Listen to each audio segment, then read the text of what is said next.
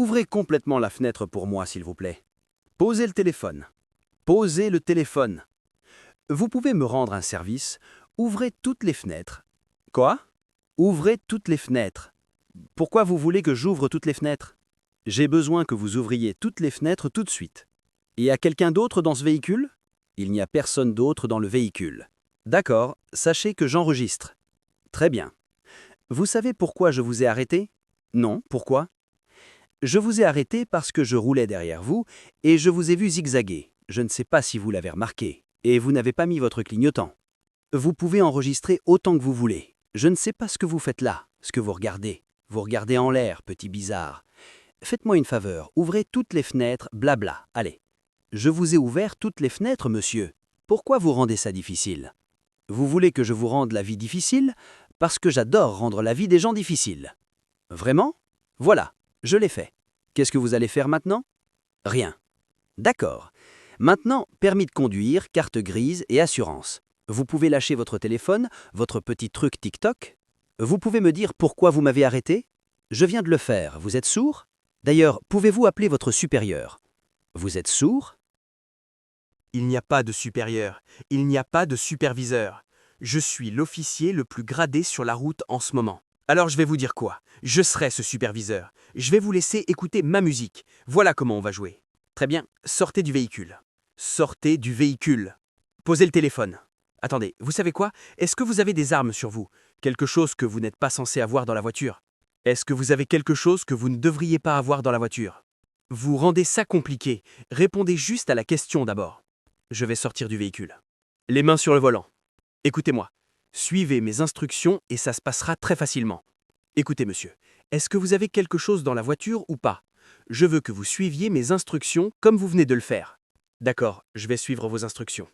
Est-ce que vous avez des armes ou quoi que ce soit que vous ne devriez pas avoir sur vous ou dans le véhicule à cet instant? Non. Non. Non. Est-ce que vous avez une arme à feu sur vous? Avez-vous un permis pour porter une arme? On est en Floride, non? Même si j'avais un permis, vous n'avez pas besoin de... De quoi vous parlez? Sortez du véhicule. D'accord. Écoutez, j'ai une arme ici, sur le côté. Levez les mains alors. J'ai une arme sur le côté. Faites-moi une faveur. 226. Je vais avoir besoin de renfort. Homme adulte. Reculez un peu. Pourquoi vous me fouillez? Où est l'arme? Où est l'arme? À droite, sur mon côté droit. Pour ma sécurité et la vôtre, on va faire ça aujourd'hui. Et pendant que vous me fouillez, vous avez de gros muscles, hein? Mon arme est juste sur ma poitrine. Oh, waouh! Sur votre poitrine? Donc aujourd'hui on ment. Vous êtes un membre de gang? Vous vendez de la drogue, c'est ça? C'est moi. Asseyez-vous sur le parking, ne bougez pas. Vous avez un permis pour porter ça? On est en Floride, non?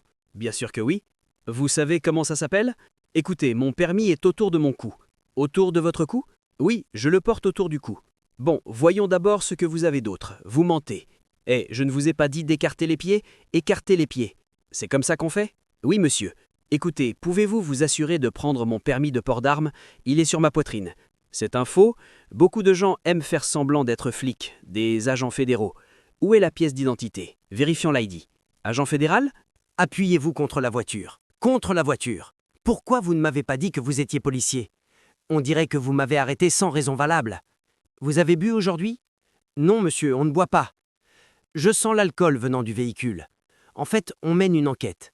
Et ce qui vient de se passer, 26 secondes, j'ai demandé du renfort. Quand votre sergent arrivera et qu'il comprendra ce qui se passe, c'est que j'ai arrêté quelqu'un. Peu importe. Ouais, j'ai trouvé votre pièce d'identité. Et ici, j'ai un policier qui fait des choses incorrectes. Dites-moi pourquoi un policier devrait être menotté. Vous ne vous êtes pas identifié comme policier. Vous zigzaguiez. Vous n'avez pas mis votre clignotant. Encore une fois, monsieur, vous n'avez pas appelé votre sergent. Il y a des procédures à respecter. D'accord, laissez-moi enlever ça de vous, mon ami. Je ne sais pas pourquoi vous agissez comme ça. Je ne sais pas ce qui se passe ici. Mais nous, en tant qu'agents, on va comprendre ça. On n'aime pas les flics municipaux. Oui, et on n'aime pas non plus les fédéraux. Agents, flics municipaux, vous êtes quoi un bureaucrate? Vous auriez pu simplement vous identifier comme policier. Quand je vous ai montré mon badge et que vous l'avez attrapé, vous n'y avez toujours pas cru.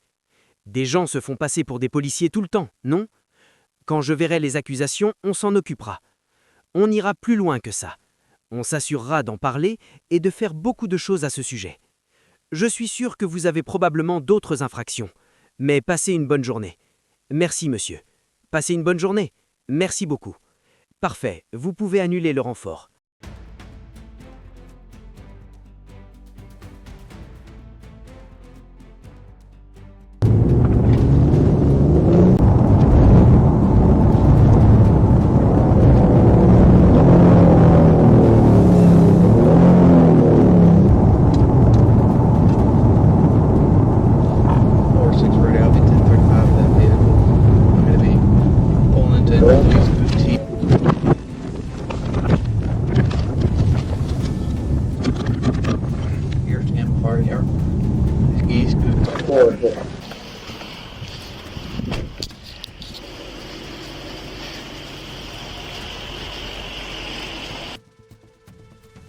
Hé partenaire, salut. Bonjour, je suis l'agent Park du service de police d'Ackworth. La seule raison pour laquelle je vous ai arrêté, c'est que... Enfin, c'est mon chef de la police, juste là. Il vous a vu contourner la circulation. Il essayait de comprendre qui vous étiez, avec qui vous étiez ou ce qui se passait. D'accord. Il a donc appelé à la radio et demandé qu'on intervienne. Et c'est pour ça que je vous ai arrêté. Très bien. Alors, pour l'instant, laissez-le simplement s'approcher, s'il veut. Il voulait vous demander pour qui vous travaillez. Georgia Metropolitan. Vous voyez toutes ces lumières allumées ? Pourquoi le véhicule est-il immatriculé au nom d'un particulier ? C'est à moi ? Alors pourquoi toutes ces lumières rouges ? Désolé, pourquoi tous ces feux d'urgence ? Et est-ce que je vous ai vu utiliser les feux d'urgence pour vous insérer dans la circulation sur Lakewood ? La circulation était complètement à l'arrêt, donc j'essayais de m'insérer dans la file. Pour qui travaillez-vous ? C'est mon entreprise, je suis opérateur de dépannage tout-terrain, c'est ma société.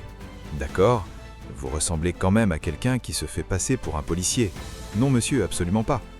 Vous avez une pièce d'identité ? Oui monsieur. Elle est à l'avant ? Oui. Je vois des feux rouges. Je vous ai vu activer les feux quand vous êtes sorti. Oui, c'est exact. Ils se sont activés à l'arrière à ce moment-là. Où est votre pièce d'identité ? Juste ici. Avez-vous un permis pour l'éclairage du véhicule ? Oui, il est sur le pare-brise. D'accord, merci monsieur. Bonne chance. Je reviens vers vous. Oui, il a un permis pour les feux. Je regarde ça. Le permis d'éclairage est valable jusqu'en décembre de cette année. Chef, vous disiez que c'était à l'intersection où vous l'avez vu activer les feux, sur Lake Ackworth ?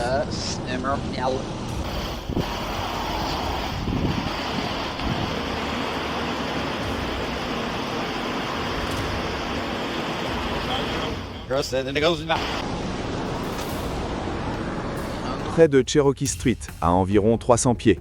Il a aussi une teinte sur le pare-brise. C'est valide s'il a un permis d'éclairage. C'est valable pour le véhicule. La question, c'est s'il a une entreprise qui fait des escortes. Il faudrait vérifier la loi.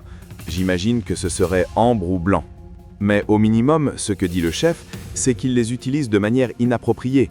Il n'est pas en mission d'escorte, il essaie juste de gérer sa propre circulation. Donc au minimum, il y a une mauvaise utilisation. Très bien. Monsieur Becky, voici votre pièce d'identité. Merci. Écoutez, vu tous les permis et autorisations que je vois, je vais supposer que tout est correctement autorisé pour le véhicule. Oui, monsieur. Cela dit, selon l'observation de mon chef, l'utilisation de ces feux est strictement réservée à un usage professionnel. Vous ne pouvez pas les utiliser pour vous insérer dans la circulation.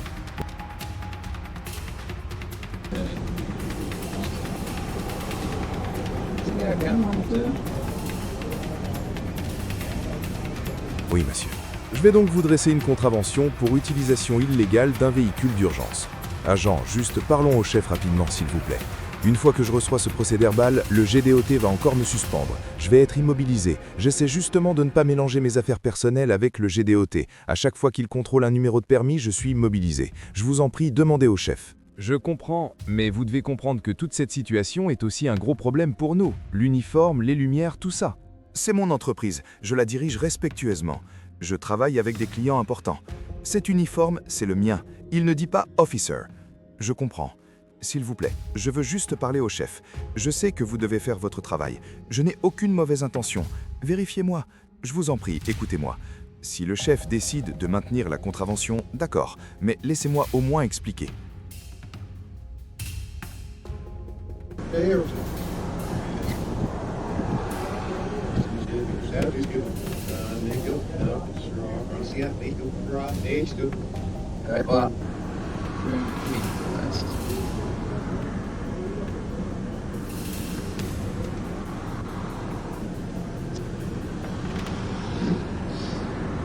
Ce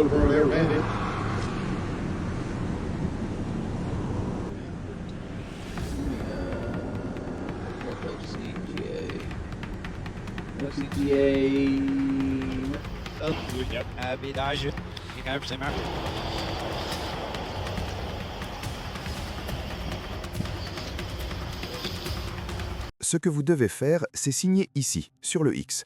La signature ne constitue pas un aveu. La date d'audience indiquée automatiquement est le 18 août à 9 h le matin au tribunal.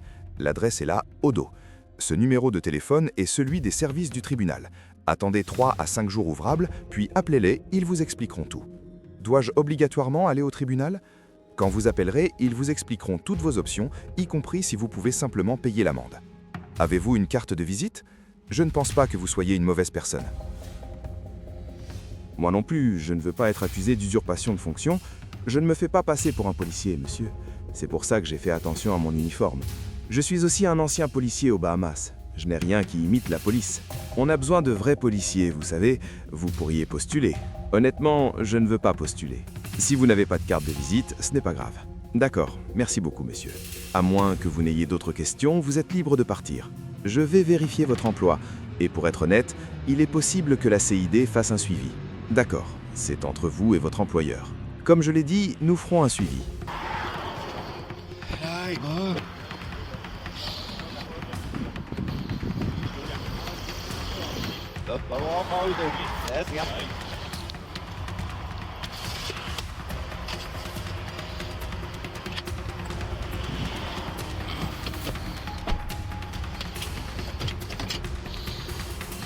À qui tu parles? À qui tu parles? Tu me parles à moi? C'est bon, je te jure que je vais te balancer par terre dans 1 minute. Bienvenue de retour sur la chaîne Lackluster. En janvier 2015, un ancien policier de Las Vegas, Richard Scavone, a abordé une femme près de l'Interstate 15, pensant qu'elle flânait et tentait de solliciter un client. « Allez, viens par ici, mec. »« Hey, quoi? Viens ici. » L'agent Scavone se montre immédiatement agressif. Après être sorti de son véhicule de police, il donne des ordres contradictoires, lui demandant de joindre ses paumes tout en les maintenant écartées. Madame Ortiz laisse entendre qu'elle est prête à obéir, mais l'agent réagit de manière extrêmement émotionnelle, semblant se sentir insulté par Madame Ortiz. Il la pousse violemment contre son véhicule de police et quelques instants plus tard, elle est jetée au sol. « C'est bon, j'ai raison. C'est bon, je vais te balancer par terre dans 1 minute. Tu crois que tu parles à qui? À qui tu parles? Écarte les pieds. Mes pieds sont droits. Pourquoi t'as les mains sur mon cou? Dégage de moi, bordel. Je m'en fous. Et alors si je dois t'emmener en prison pour en rajouter un autre? Mets-toi sur le ventre. » Malgré le stress intense de la situation, Madame Ortiz garde son sang-froid.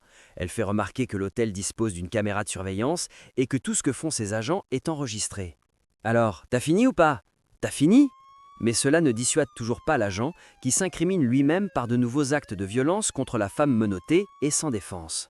Après avoir apparemment posé un genou sur le dos de Madame Ortiz, Scavone finit par la laisser se relever, lui ordonnant de se taire pendant qu'il s'éloigne pour appeler la centrale. « Reste là, tais-toi, tu m'as compris ou non? Je t'ai entendu. Ne bouge pas. » Peu après, il revient avec davantage d'humiliation verbale, de contacts inappropriés et de violence. « Qu'est-ce que tu veux faire d'autre, dur à cuire? Vas-y. »« Je plaisante. C'est tout ce que je veux que tu fasses. Compris ?» L'agent plaque ensuite la tête de Madame Ortiz contre le capot de la voiture. « Ne t'éloigne jamais de moi. Tu comprends que je ne fais pas ça pour m'amuser ?» Il descend ensuite la main dans son chemisier, malgré ses protestations. « Quoi, Richard? Tant que je te parle, dans la voiture, dans la voiture. Oh mon Dieu, tu vas regarder? Qu'est-ce que tu vas faire dans la voiture ?»